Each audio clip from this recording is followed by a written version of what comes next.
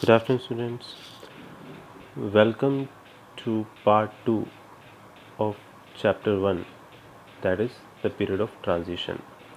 I hope you have completed the reading of this chapter up to page number 17 and have done the bookwork given on this page. Today we are going to start with the impact of industrial revolution.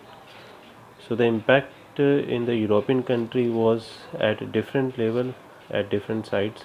So first point is here that the growth of towns and cities.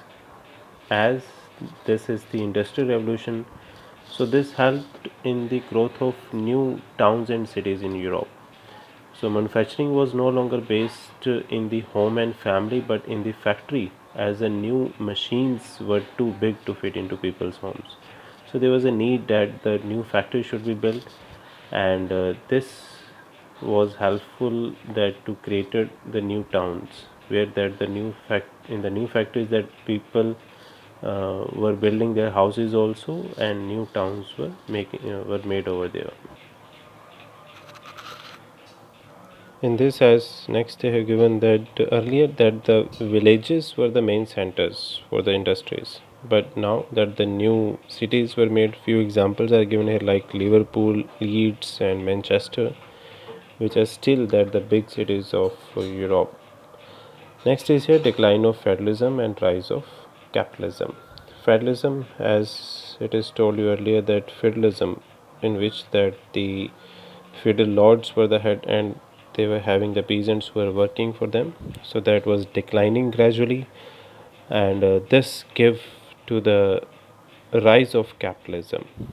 Capitalism in this system, the means of productions were privately owned and used for profit. Mean each and everything was in the hands of the private companies. Next is here that the birth of two new social classes. These are the factory owners and the workers.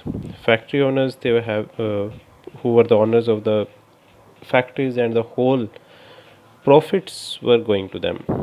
And second class was the workers who were working in these factories. Next is here emergence of imperialism. Imperialism means that the system of imperial empires. This gave to the rise of imperialism because after the growth of feudalism, that industries, there was a need of raw material to keep up their factories running. So they were finding the new colonies, and this gave to the rise of the imperialism. Next, they have given about the imperialism.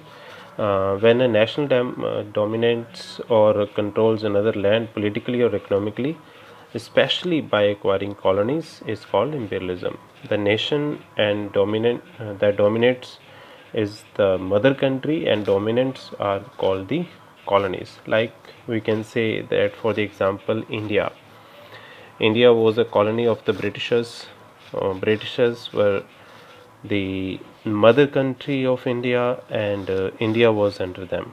The most important force behind imperialism was the Industrial Revolution. The Industrial Revolution changed Europe from a consumer of manufactured goods to a producer. The beginning of the 20th century saw the rise of four main imperial powers. These were the Britain, France, Holland, and USA. They were having their big colonies in the different countries of Asia and Africa. So next is they have given the impact of imperialism.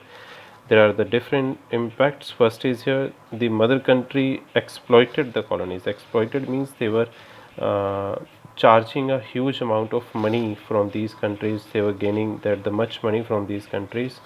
Next is there the colonies were treated as suppliers of raw material, and they were the markets of finished goods where that the countries, the mother countries, were selling their finished goods. Third is here the indigenous or we can say local industries of colonies were completely destroyed, as it was happened in India also, that our local industries were destroyed. So same thing was happening in many of the countries. Agriculture also hit because of the uh, raw material. They were basically stressing on cash crops, which were very helpful for them.